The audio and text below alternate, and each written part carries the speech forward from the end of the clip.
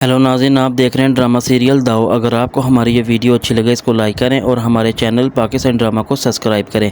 लेकिन जो आसम की माँ होती है वो अपने बेटे से कहती है कि बहुत काम जमा हो चुके हैं और कल से मैं रूटीन में अपने ऑफिस में जाया करूँगी। लेकिन जो आसिम होता है वो अपनी माँ से कहता है कि कोई फ़ायदा नहीं आपको जाने का, क्योंकि मैंने आपके पार्लर को बंद कर दिया। लेकिन आसम की माँ जब ये बात सुनती है उससे कहती है कि तुम पागल हो चुके हो, तुमने मेरी इजाज़त के बगैर कैसे मेरे पार्लर को बंद किया, तुम कौन होते हो। लेकिन आसिम कहता है मैं अब आपको कोई काम करने नहीं दूँगा। लेकिन जो सुंबल होती है वो अलियान से कहती है कि कल अम्मी की वजह से आपको बहुत तकलीफ़ उठानी पड़ी, लेकिन मैं काफ़ी ज़्यादा शर्मिंदा हूँ और मैं उनकी तरफ से आपसे माफ़ी मांगती, प्लीज़ आप मुझे माफ़ कर दें। लेकिन जो अलियान होता है वो सिंबल की बात सुनता है और उससे कहता है कि तुम अपनी अम्मी का नाम मेरे सामने मत लिया करो, मुझे तुमसे और तुम्हारी अम्मी से काफ़ी नफरत हो चुकी है। लेकिन सुंबल उसे कहती है कि अगर आप ऐसा कहते हैं तो फिर मुझे ये बताएं कि आप किस तरह मेरी और मेरी वजह से इतने परेशान हो रहे हैं, बल्कि मैं खुद आपका साथ दे रही हूँ और मैं अब उनके साथ कोई ताल्लुक़ नहीं रखना चाहती। लेकिन अलियान उसे कहता है कि इससे मुझे कोई फ़र्क नहीं पड़ता, चाहे तुम उनके साथ ताल्लुक़ रखो या ना रखो, मुझे अब तुम दोनों से बिल्कुल ही इतनी नफरत हो चुकी है। लेकिन जो आसम की बीवी होती है नेहा, वो उसे कहती है कि मैं ये सोचती हूँ कि अगर हमारे कोई यहाँ औलाद ही ना हुई तो हमारे लिए कितनी मुश्किल हो सकती है।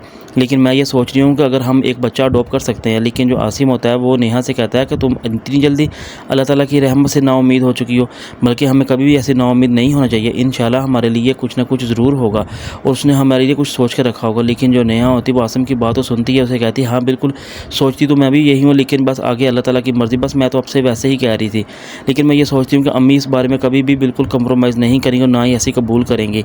लेकिन जो आसम की माँ होती है वो बाहर खड़ी सारी बातें सुन रही होती है कि आखिर में ये नेहा इससे क्या बात कर रही है और किस बारे में बात करती है।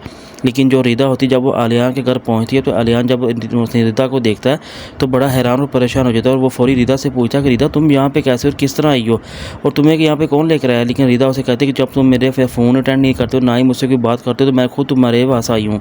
लेकिन जब सुंबल रिदा को देखती है तो बड़ी हैरान हो जाती है कि आखिर रिदा यहाँ पे क्या करनी है और किस वजह से आई है।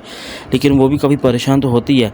लेकिन जो अंबर की दोस्त होती है वो अंबर को जब कॉल करके कहती है कि अगर तुम कहाँ हो मुझे बताओ, तुम अभी और इसी वक्त देखो तुम्हारी इंटरनेट पे कुछ वीडियोस आई हुई हैं और वो चल रही हैं। लेकिन अंबर जब ये बात सुनती है तो बड़ी हैरान हो जाती है कि इसका मतलब ऐसा नहीं, वो भी कुछ किया, वो गलत किया और उसको ऐसा नहीं करना चाहिए था।